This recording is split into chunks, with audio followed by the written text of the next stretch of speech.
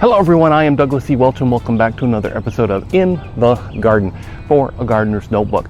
Now, you may have seen in previous episodes, we finally harvested all of our sweet potatoes out of our neighbor's side bed here, and it's time to actually get new sweet potatoes back in here as the summer months are approaching, and that's when these grow best.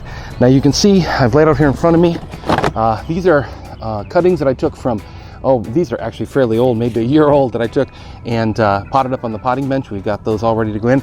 Also back here, from our last harvest, I actually saved some vigorous looking stalks, and maybe a little hard to see, but they actually have roots already growing there. We're going to put these right back in here.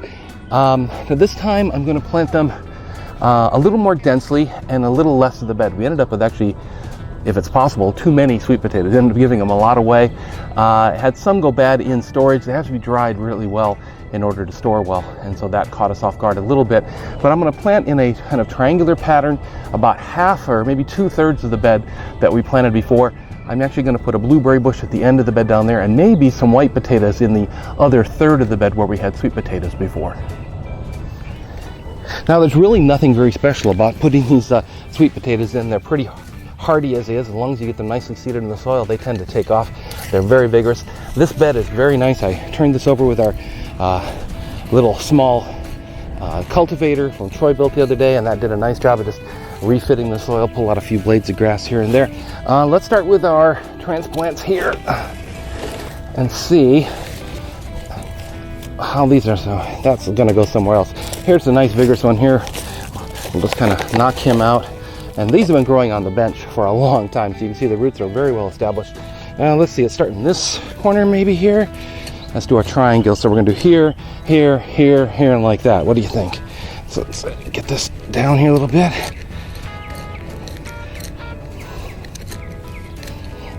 Whoa, root balls falling apart there on us. There we go. Here's one.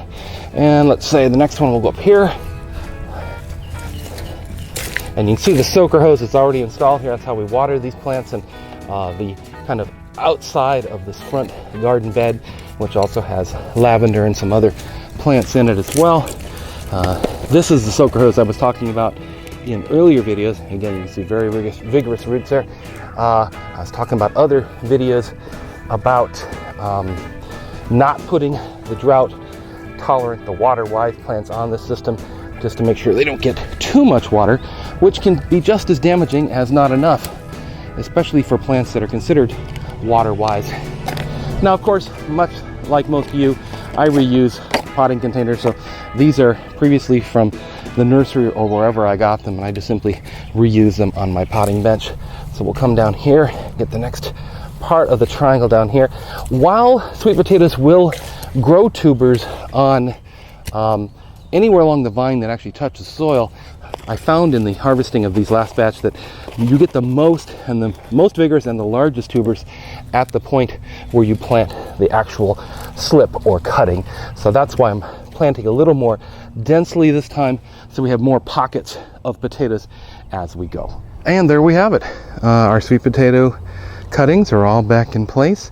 Got a nice pattern with the triangular setting of them, and it so happens I worked it out somewhat by accident to the exact number of cuttings I had to fill this 2/3 of this bed. Again, I think down here I'll probably think about planting some white potatoes. I actually have some sprouting in the pantry, and while some people tell you that sprouts from the pantry won't grow, mine certainly did the last time I tried it. So it's a great way of using up potatoes that have perhaps gone a little too far. That's it for this episode of A Gardener's Notebook. I hope you enjoyed it. Hope you're planting food in your garden. For more information on A Gardener's Notebook, visit Douglas E. Welch. Get off there. For more information on A Gardener's Notebook, visit douglasewelch.com. There you'll find links to A Gardener's Notebook as well as everything else that I do, including career opportunities, technology IQ, careers in new media, and more. Until next time, keep on planting food in your garden and keep on digging.